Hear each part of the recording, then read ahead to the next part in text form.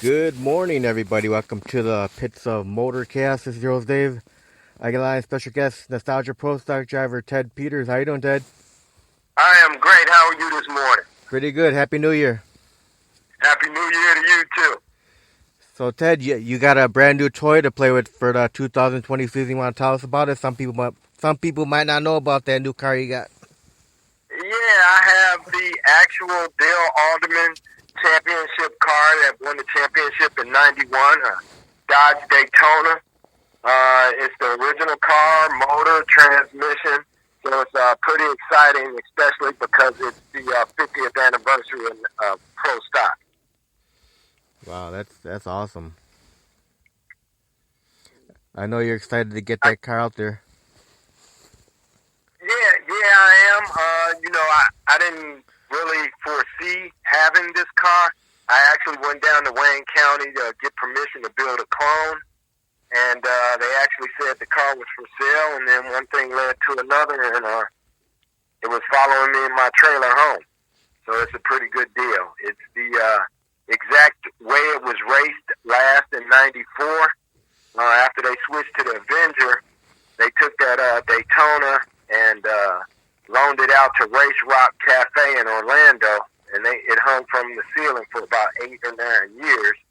So it's in the original condition as when it was raced.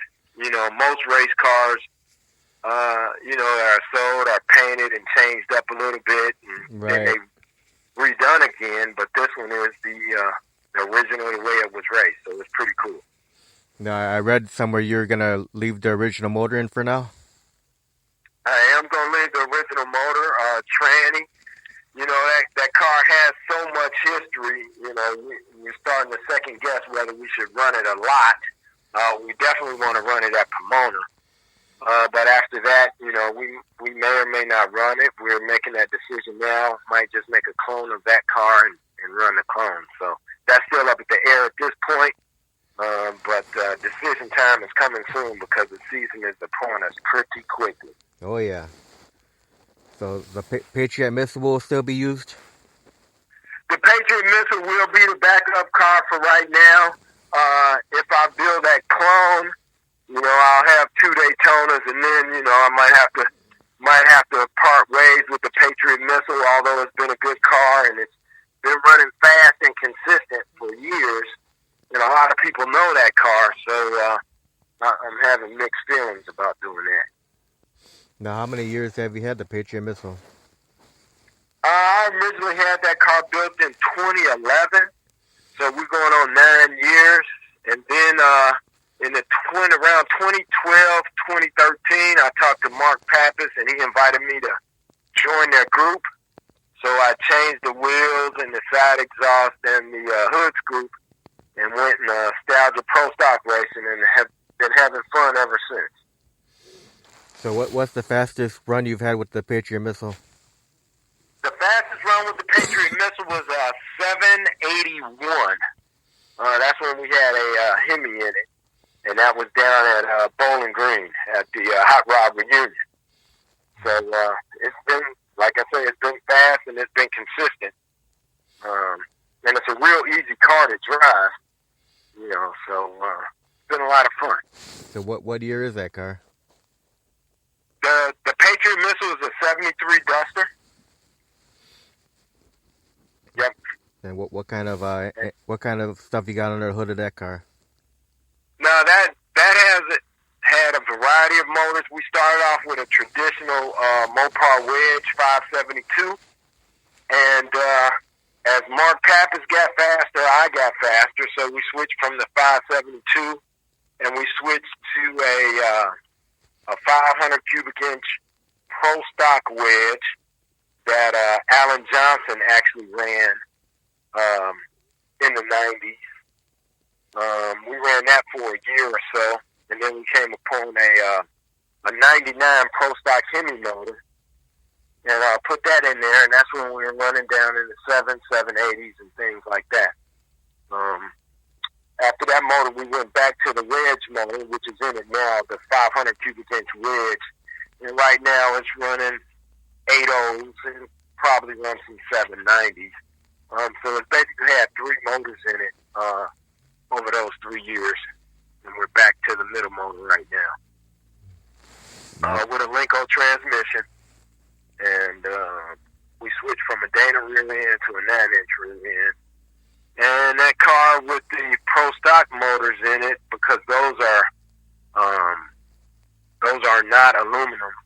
They'd rather run steel blocks for the sealer. So that car weighs about 2850.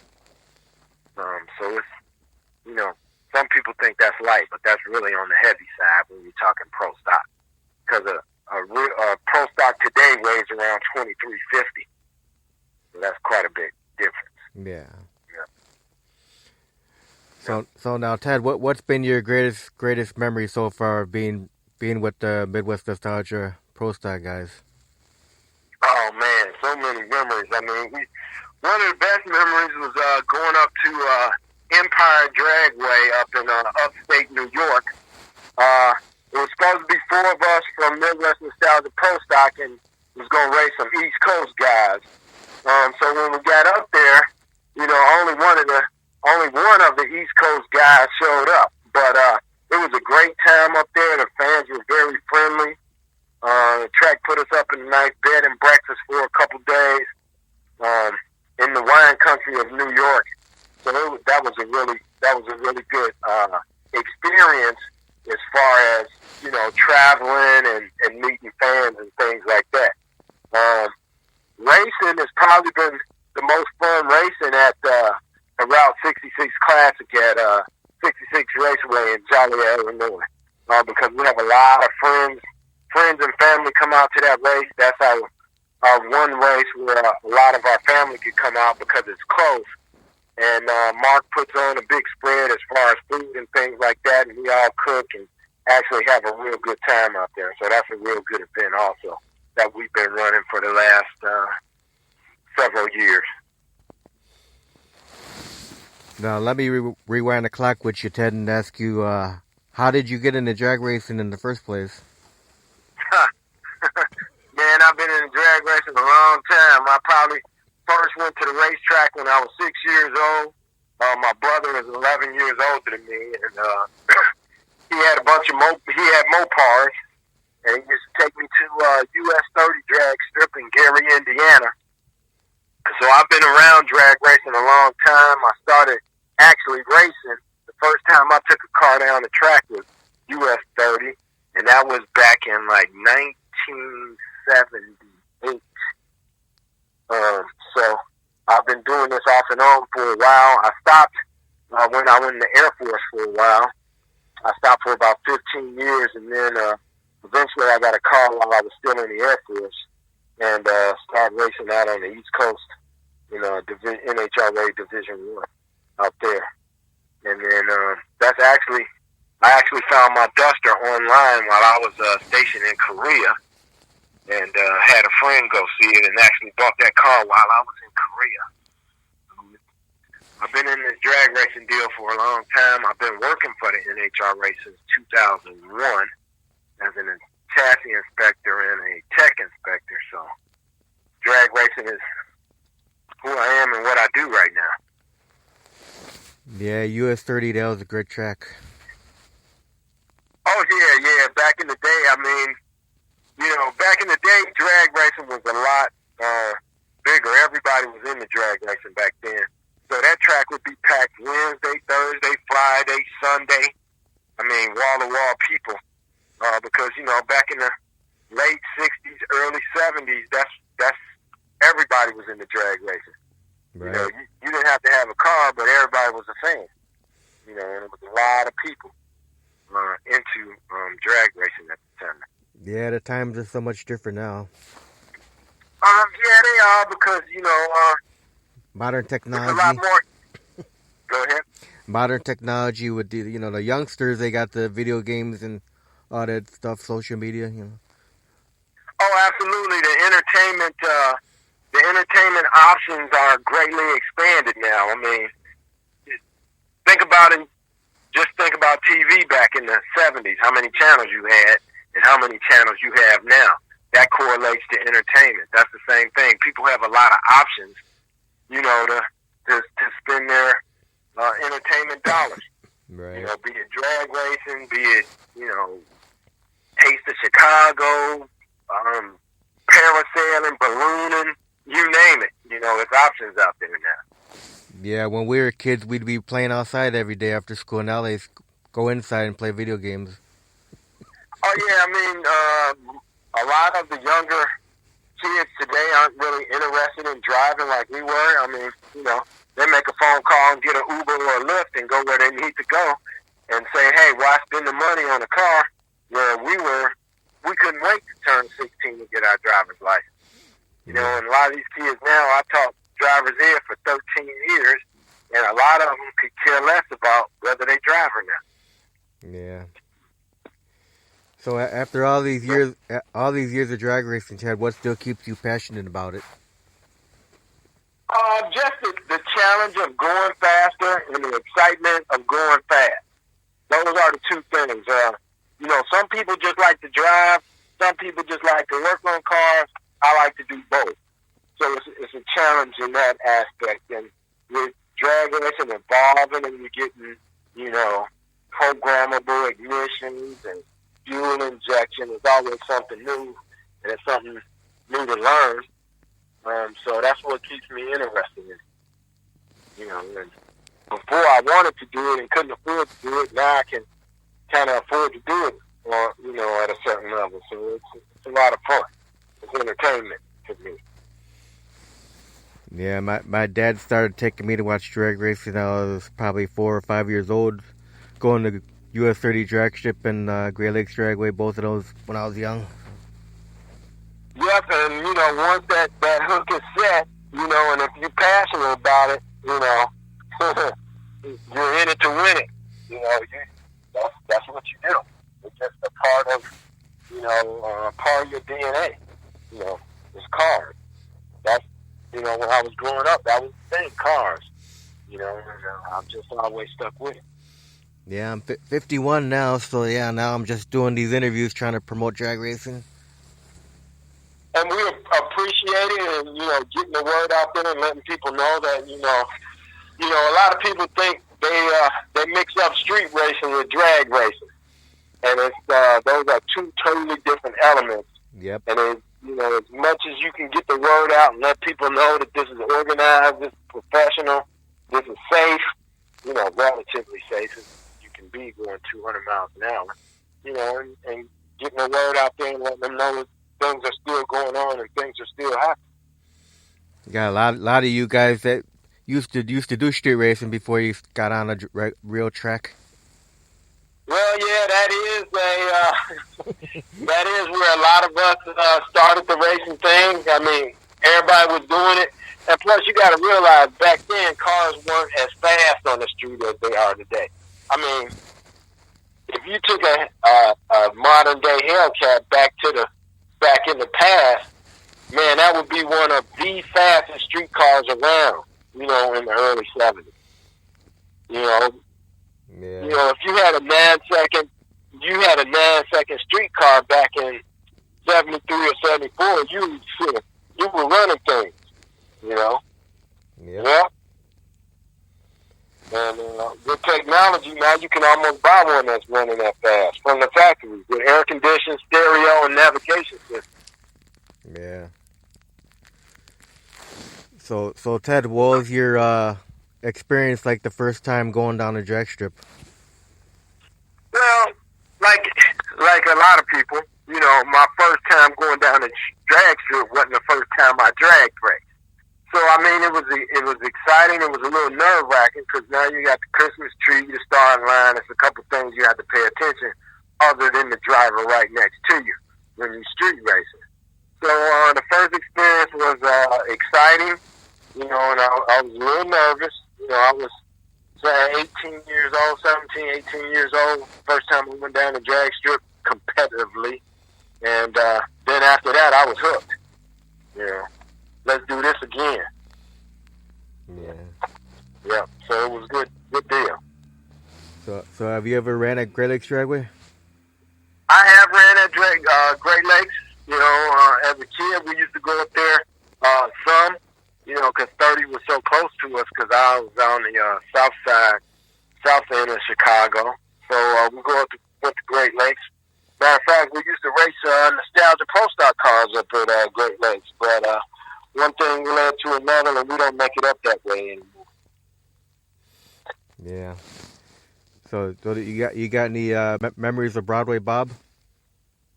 I don't, because once I grew up a little bit more, I left and went to the Air Force and never really came back to, the drag strip and things like that until much later. And then Bob wasn't affiliated by that time. Yeah, he was a great promoter. Yeah, that's what I hear. I remember one time going up to Great Lakes and I saw a jet car, the Green Mamba or something. He was sitting on and, it. I'm sorry? I said he was sitting on the front end, right? Yeah. that was some of the craziest stuff I ever saw, that's for sure. Holding a beer in his hand. Yeah, for sure. So that would be your greatest memory of Broadway Bob right there. There you go. Yep. That is true. Yeah. So now, when you started drag racing, were there any drag racers that were inspirational to you back in the day? Well, me being a Mopar guy was always Sox and Martin. They were the team that was, everybody aspired to be. And then, back then I was also into Top Fuel funny cars and Shacktown Hustler and Chicago Patrol and, the Coca-Cola Cavalcade of Stars that came out for 30 all the time. And then, you had some local races. I don't know if you remember this car called No Big Thing. Yeah. But it was like a Fiat, I think it was, with a big block Chevy, and, with a 4-speed, and every time he hit a gear, the front end popped up. So, as a kid, I thought that was the coolest thing in the world. So, yeah. And then, the local pro stock guys like Joe Satmary and things like that, Run Rabbit, Tough Rabbit, those type cars. Yeah. Yeah, I'm sure, and of course, I'm sure you like the Snake and the Mongoose too, and all that. Oh yeah, that goes without saying, because those were the big time guys you read about in Carcraft and Hot Rod and things like that. So to read about them and then actually go to the track and see them, and I don't know if you remember the Wonder Bread Vega funny car, and Blue Max, and, all those. Raymond Beetle. Oh, absolutely. You look at them in the magazine, and then, Wednesday night or whatever, you'll see them at the track. So that was always a good inspiration. Cutting out pictures out of the magazine and putting them up on your wall and, thinking about it. And now I'm actually doing it. So it's pretty amazing if you look back. And Jungle Jim Lieberman. Oh, yeah. And Jungle Pam. Yep. Yep, absolutely. Yeah, those were the days back then. They were. And that's kind of what we're trying to bring back with Nostalgia Pro Stock. The memory that people have of drag racing and particularly pro stock back in the day. Yeah, that's why we're all involved with the Nostalgia Pro Stock scene. Trying to bring some of that back, some of that excitement back, some of the fun back. Bring back memories so people can reminisce. Oh, I remember when that car went. I remember when Bob Gooden flipped over and he hopped out the car and the first thing he did was cover up the intake and the carburetors and, stories like that. Yep, the long smoky burnouts and the dry hops. That absolutely. Putting on a show. Yep. Yeah. The rosin and, the traction compound and all that crazy stuff they used to do back then. And, back then, they would have on a helmet, but they raced in regular pants and a jacket. If you look back at some of them old pictures, safety hadn't evolved like it has today, Right. Unfortunately, a lot of the safety rules have been, made in blood, and you just progress and hopefully things get safer, and they have, but yeah, it's pretty cool. So where do you get all your safety equipment from? Well, variety. I use a lot of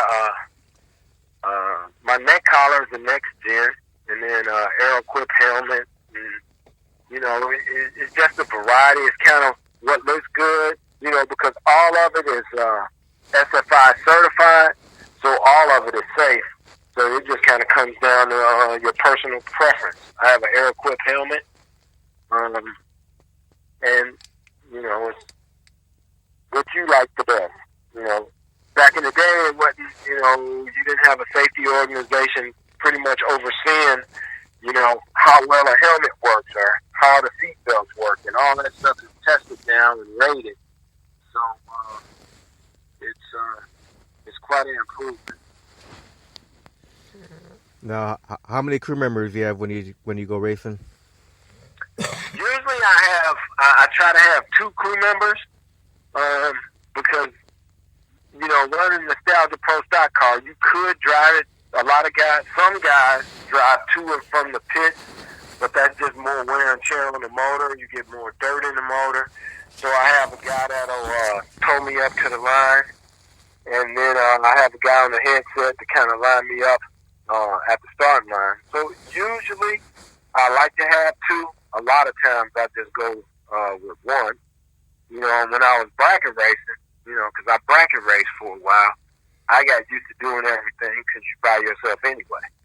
So you do everything, and you learn how to race like that. You don't have to have somebody belt you in or do this or do that. You're used to doing it yourself. So when you have extra people, it does help. Now, these two crew members, do they change all the time, or you got 2 main guys? I got 2 main guys.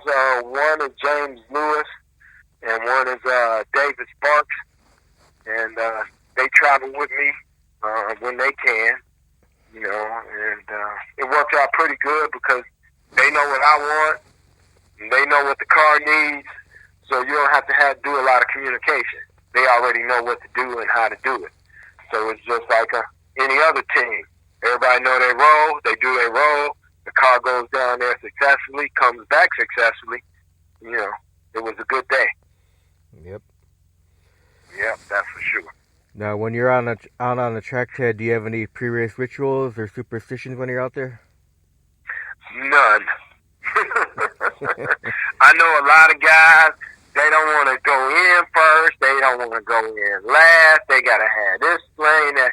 When you're a bracket racer, you just focus on racing. So you're not worried about the lane. You're not worried about the temperature. You're not any of that. That you block out. A good racer will block all that out and focus on racing. So I have to put this glove on before that glove, or I have a favorite race suit. Nah, none of that. I don't. No superstitions, no rituals. I do have a order that I do things in, and that's just a whole safety deal. Check to make sure the brakes are working, make sure I got air pressure in my bottom, make sure the parachute lever is where it's supposed to be, looking at fuel pressure and things like that as you go through, making sure the car is ready and safe to go down the track. But as far as, putting on one race shoe before the other, no, I don't have any of those superstitions or rituals. Now, do you have any sponsorship at all? No. That's all. It comes all out of my pocket. I would love to have some sponsorship, but it's just the way it is right now, and we just make it, as they say, we make it do what it do. Yep. It's kind of, unless you're involved in drag racing, it's kind of hard to find outside sponsors to support drag racing, because you have to look at the demographics of drag racing. Then you have to find a sponsor that caters to that, clientele. So, getting a JEGS or a Summit, how remote that could be. So it's, I hear sponsorship dollars are hard to come by here. I haven't really tried. Maybe that's one thing we need to look to in the future, especially with our group and how much we travel. We do have kind of some associate sponsors for the group, like Power Master and Strange helps us out and things like that. But me as having a personal sponsor. I do not. All right, now. Yeah. And heights also. Yep. Now, what kind of preparation goes into getting ready for a weekend of drag racing for you? Well, usually during a week, you're gonna go over the car and make sure everything is tight and there's no broken hind joints and all the bolts are tight in the rear end, the U joints. You know, you just kind of go. You have a routine maintenance schedule you kind of go through, just to make sure that everything is good. Because when you're at the track, that's not the time to check that. When you're at the track, you're checking timing, you're checking valve springs and things like that. But the routine maintenance, like making sure everything is tight, you know, you should do that in between races. You know, make sure your lugs are tight, you know, things like that. So I just have a checklist that I go by and constantly go over that checklist to make sure everything is the same every race. Now, do you have any favorite tracks to race on? Well, probably my favorite track to race on is Route 66. You know, it has the stadium seating. It's a smooth surface. You know, when you show up at Route 66, you think professionalism. You know, so that's probably my favorite track to race, to go to and race. And then a close second is Cordova. Because, you know, Cordova has the history. And one thing about Cordova, every time you go there, the track is hooking. You know, it will hook. So, you know, those are probably two of my favorite places to race. And one of my favorite races is the Hot Rod Reunion in Bowling Green, Kentucky. Now, are you guys planning on doing the World Series again this year? We do plan on doing the World Series, and that is a awesome event in itself, because it has a rich history of racing, and I mean, generations of families have been going to the World Series. You know, folks, you know, plan their life around that one race right there. Yeah, so we are planning on being there this year. For sure. Now, do you guys got any other things coming up between now and the start of race season? Like, you doing any car shows or anything like? Well, the Drag Expo is coming up. You know, that'll be after Pomona, because our first race this year, we're going out to Pomona for the Winter Nationals, and this is something new for us because we, you know, being from Illinois, we've never raced in February. That's for sure. So this is going to be a challenge in itself, from, you know, making sure you drain all the water out of the block before you go halfway across the country to getting all your stuff to the other side of the country. So we'll do Pomona, and then the Drag Expo. We'll have some cars on display there, and that's on the schedule right now. So you're not going to go to the World of Wheels? I'm not going to the World of Wheels. I don't know. We usually have some presence at the World of Wheels, but I'm going to be working a couple of races for NMCA, NMRA, and getting ready for that. So I won't be attending the World of Wheels, but I think a couple of our guys will be going. Now, you ever do any 8th mile racing? No, not really. I mean, a couple tracks. We went out to Muncie, and we went out to Sykeston. Those are 8th mile tracks. So, you know, we do run an 8th mile. But as far as having the car set up for 8th mile, we're set up for quarter mile. Yeah. What's your preference, quarter mile? You know, when you're footing the bill and you're trying to go easy on equipment, 8th mile is not all that bad. But when you have a serious need for speed and you want to see them big mile-an-hour numbers, quarter mile is, you know, the standard. Man. You know, quarter mile has always been the standard as far as records, ET, mile an hour, all that. The standard is quarter mile. So if I had my preference, I'd run a quarter mile. So now, Ted, what have been the milestones of your drag racing career so far? Milestones. Well, one, getting the car out there and running in the South Pro stock. That was That was a big milestone. And then, chasing that ET, I was trying to get over 160. That was a milestone, and then 170. And this year we should see 180. We should see 180 in the 180. So those are some of the milestones. And, always doing it and doing it safe. You always want to keep that safety record going. That's one of the main milestones that you want to keep and concentrate on, and doing it safely. Now, have you had any accidents or close calls in your racing career? I had one incident in my Duster, and that was at Byron. A lower radiator hose came off about the 8th mile, and I was probably going about 140 or something, and put it up against the Jersey barrier and flipped it over, and walked away unscathed, not even a scratch. And just put my wallet some. That car had just been done, redone. That was the second run on it. So after that, I had a guy that did my chassis work, Albert Shea. He cut that body off, and we found another car from Florida. We took that body and put it on my chassis now, and that's what's currently the Patriot missile. Well, knock on wood, Ted, you won't have any accidents. Thank you. I appreciate that. I'm knocking on wood as we speak.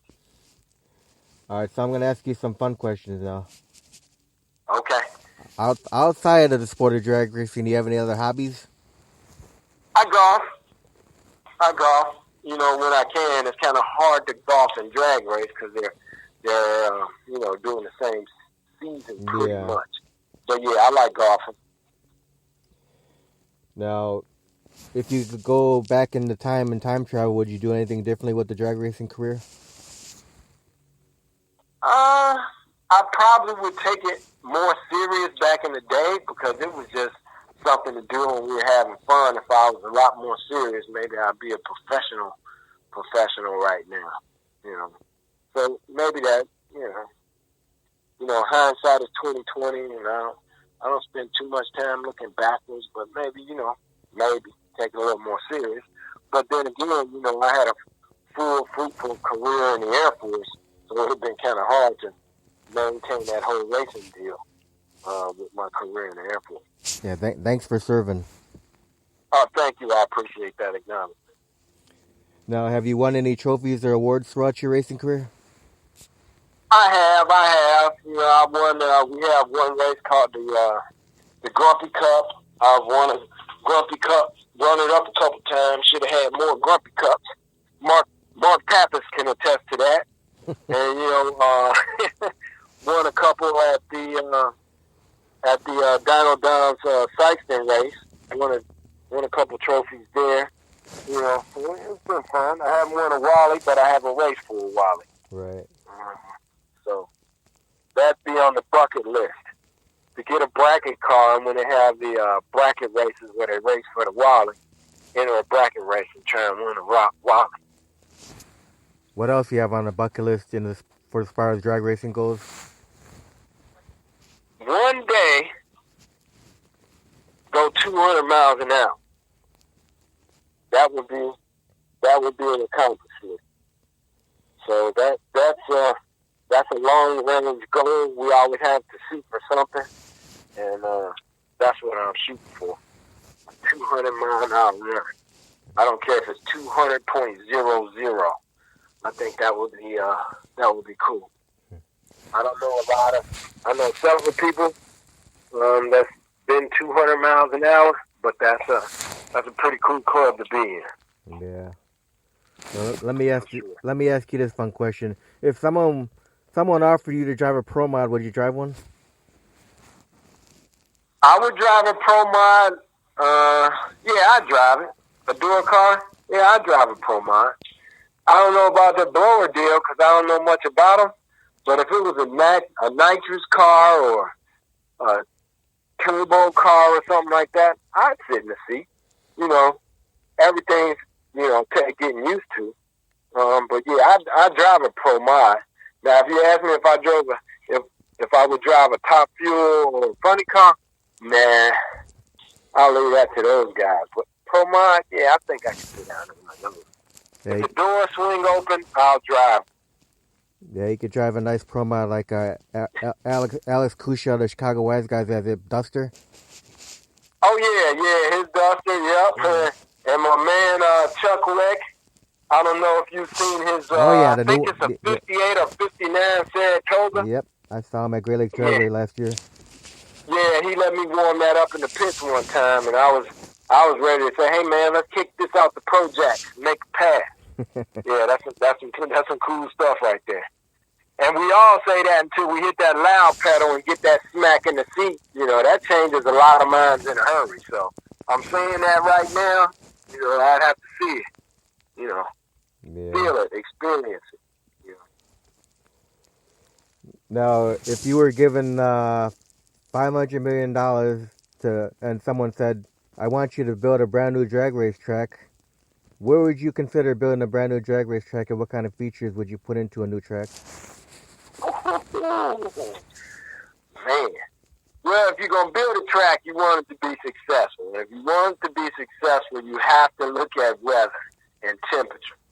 So it would probably be toward the south, you know, and you do your history on the almanac and check rain days and things like that. So probably not Memphis, because Memphis already have a track, but somewhere kind of in the middle of the country where you have some temperate weather most of the time.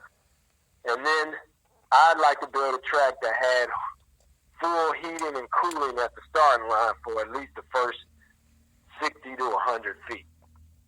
Now, I've heard of some tracks out there that have that, but I haven't seen them use it. But that would be pretty cool.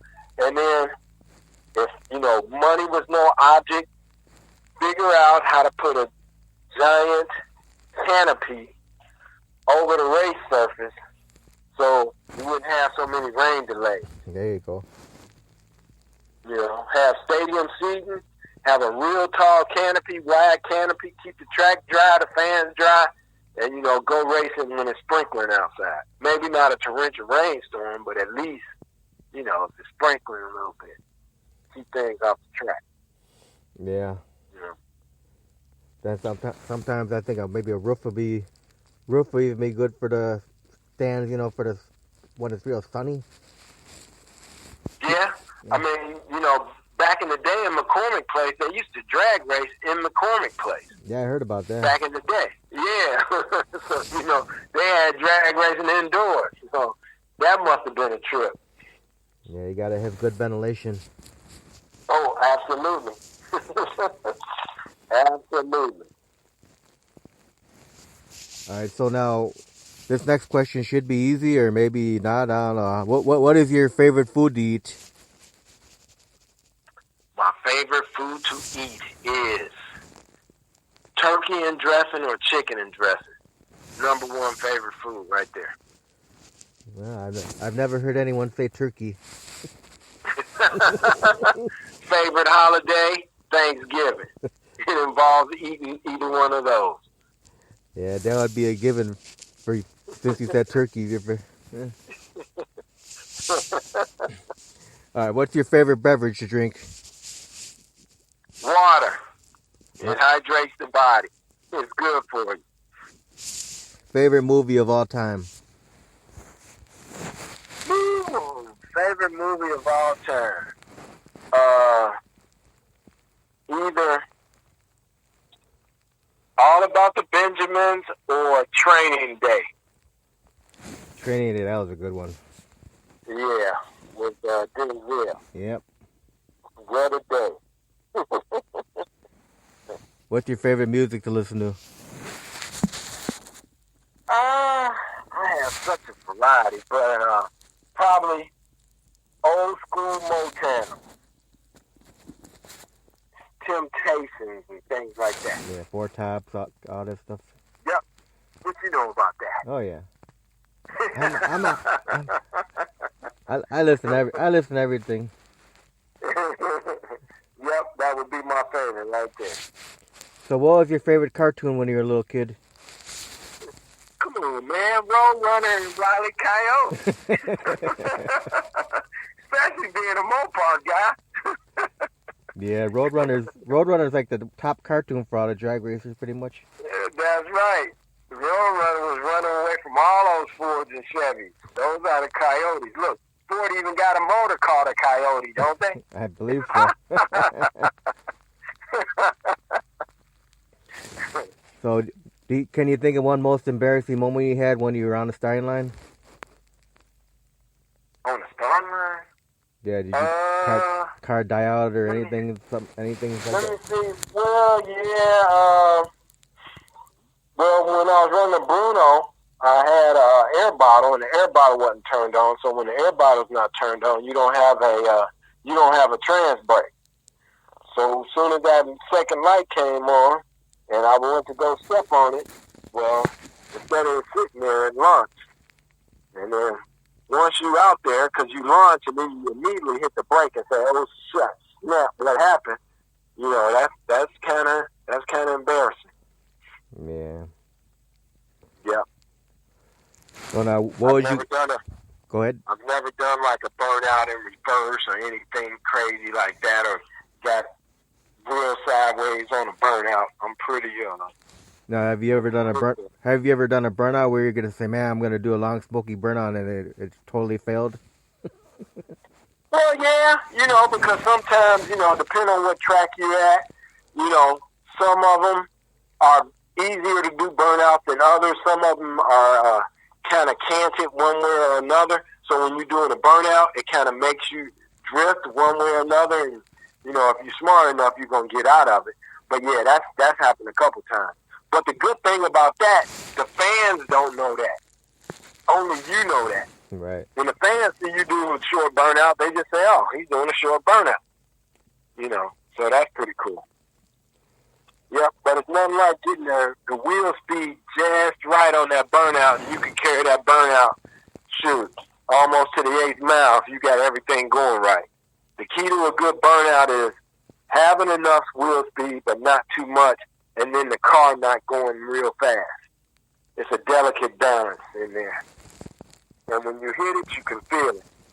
And when you miss it, you know it. Because either the car left so fast it couldn't even smoke up the tires, or the car just sit there and the tires just smoke. All right. Now, what would you consider to be the fondest memory of your drag racing career? Oh, anytime I beat Mark Pappas, that's always a good memory. And it's been more and more consistent lately. So, when I beat him, he goes to see David Rear, and then it's back to the drawing board. But yeah, those are my favorite memories. My number one nemesis, right there. So Mark Pappas is your biggest competition in that group? Oh yeah, because we had the most fun. I mean, Mark likes to joke and play around, and so do I. And, he invited me into this whole deal. But yeah, anytime I beat Mark, that's a good day. We had fun. We popping the top on some waters that day. Now he'll try and tell you that I don't beat him that often. Don't believe that. Don't believe the hype. Don't believe the hype. That's right. But because Mark is such a tough competitor and he's fast, you want to beat the fastest and the best. So that's why we like racing each other. And we've had some burn downs. 2 or 3 minutes, starters jumping up and down, yelling at our crew members. We've had a few where, neither one of us wanted to go in first. But Mark will be the first to tell you 90% of the time who's the first one off the line. Well, Ted, I want to thank you very much for taking time to do the interview today. All right, and I appreciate you calling, and have a happy new year, and keep the sport of drag racing going. We really appreciate it. You have a happy new year too, and I wish you the best of luck with the racing season this year. All right, thank you very much. Have a great day. You have a great day too. Bye-bye.